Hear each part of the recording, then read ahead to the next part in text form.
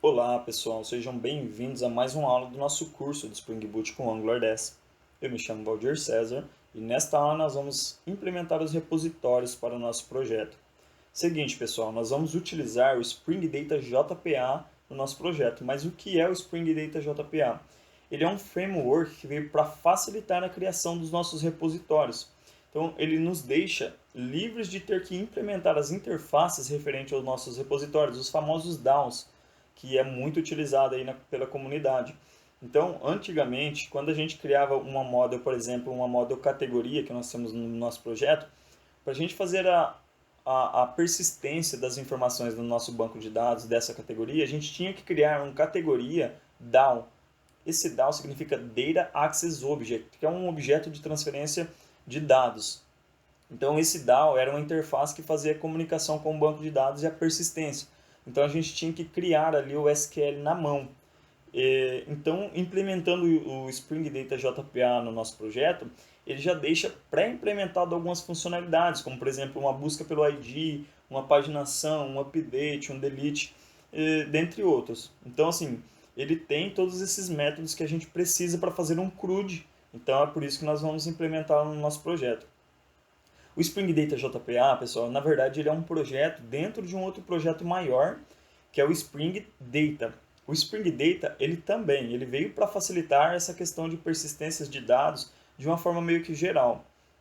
Então, além do Spring Data JPA, ele possui vários outros projetos dentro dele. Por exemplo, o Spring Data Commons, o Spring Data Key Value, o Spring Data LDAP, dentre outros. Mas o que nós vamos implementar no nosso projeto é o JPA Repository, tá bem?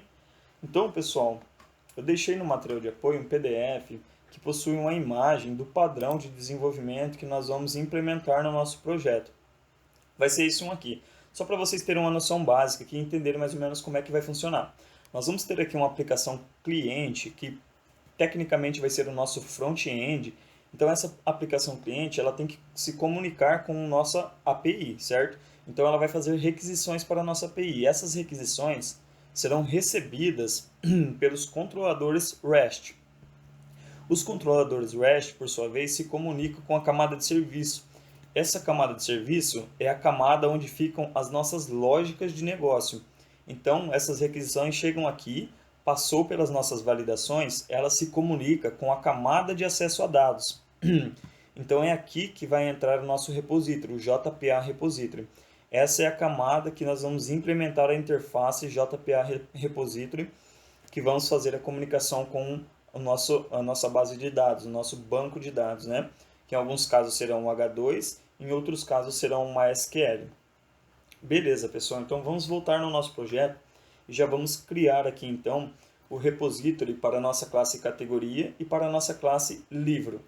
Então, com o botão direito sobre o pacote principal, nós vamos em New, Class, e vamos digitar aqui categoria, repository. Então, vamos colocar assim, repository.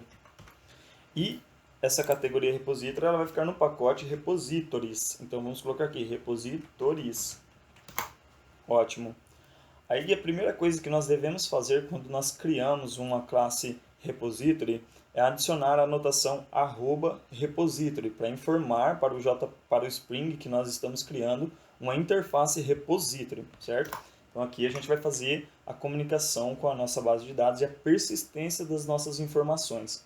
Então vamos colocar aqui repository, ótimo. E ela não vai ser uma classe, lembra? Ela vai ser uma interface. Ótimo, é uma interface que estende, então ela estende o JPA Repository. Aí aqui nós vamos utilizar lá o Spring Data JPA, aqui desse pacote jpa.repository, tá bem? Aí ele espera dois argumentos aqui. O primeiro argumento é a classe que nós vamos implementar esse repository. É a classe que nós queremos fazer a persistência das informações ali e a camada de comunicação, né? Então a nossa classe vai ser a categoria. Então vamos digitar aqui categoria e vamos importá-la aqui. Ótimo. Esse segundo argumento, o que é?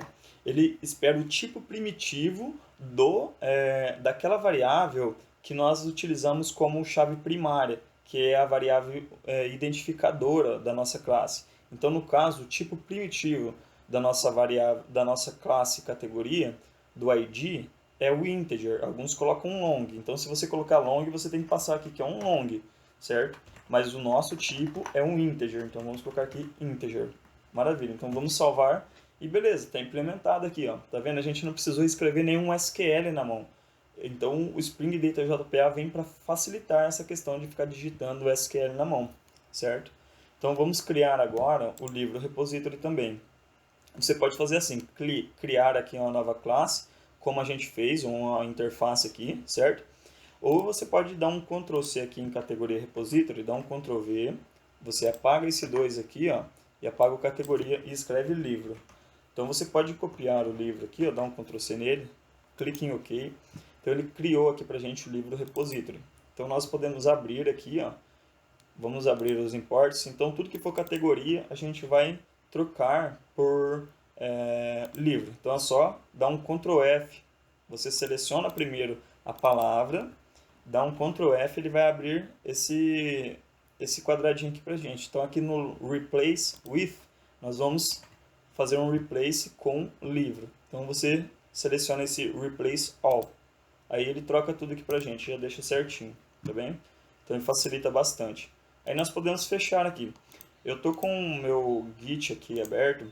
Eu vou fazer o seguinte, pessoal. Nós não vamos começar a utilizar nesta aula, porque essa aula foi só para explicar como é que funciona o JPA Repository, mas vocês vão entender mesmo na próxima aula que a gente vai criar algumas instâncias e fazer a persistência dessas instâncias na nossa base de dados, utilizando o H2. Então vocês já vão ver como é que funciona o banco de dados H2 também, beleza? Então vamos dar um git add ponto aqui.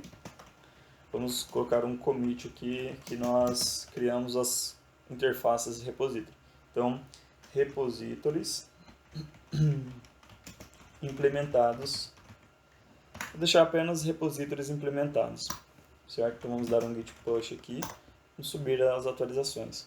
Então, pessoal, para esta aula é isso. Espero que vocês tenham entendido o porquê que nós vamos utilizar o Spring Data JPA no nosso projeto, tá bem? Espero vocês para a próxima aula, espero que vocês tenham gostado da aula. Um forte abraço, até mais!